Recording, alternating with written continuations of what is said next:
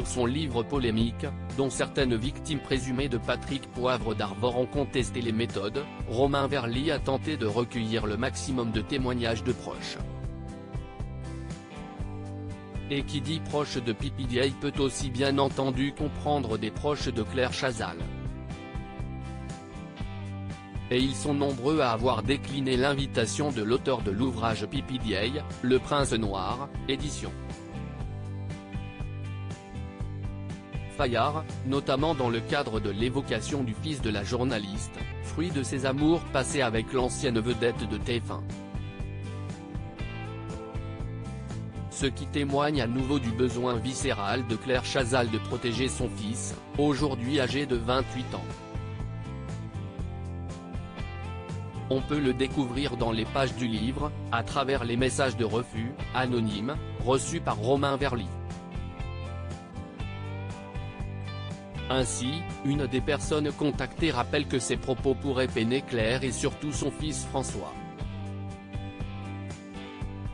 Je suis un peu gêné pour te répondre, cette affaire a fait beaucoup de mal à la petite famille de Claire, surtout le fils dont le père est PPDA, peut-on aussi lire. On peut alors comprendre à quel point protéger François Poivre a été la priorité absolue de la journaliste durant cette affaire, qui fait encore couler beaucoup d'encre. François Poivre a toujours souhaité se tenir loin de la médiatisation de ses parents, et n'a pas attendu que le nom de son père soit sali pour ça.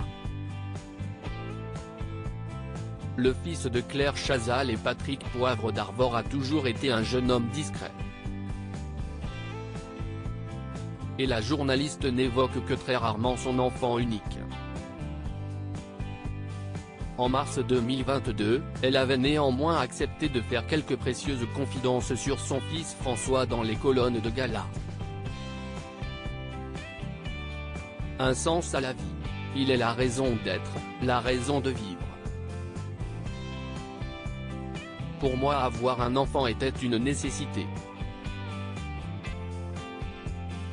Ça s'est imposé. Il est mon socle, a alors fait savoir Claire Chazal à nos confrères. Aujourd'hui, François Poivre a naturellement décidé de voler de ses propres ailes, et ne vit plus chez elle, comme confié par celle qui a partagé sa vie avec Arnaud Lemaire. Durant longtemps, il a même vécu à des milliers de kilomètres d'elle. Il est certain qu'à un moment comme beaucoup d'adolescents, il a voulu couper le cordon et il l'a fait en partant très loin.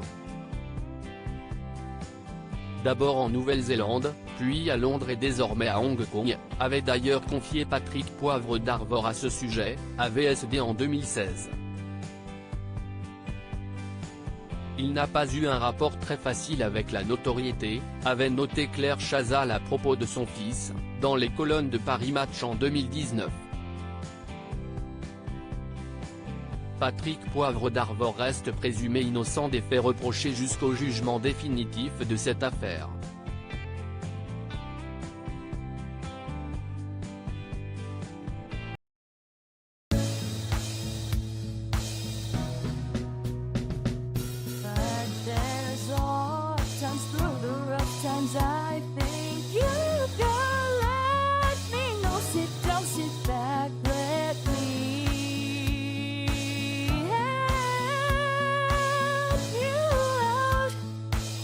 Step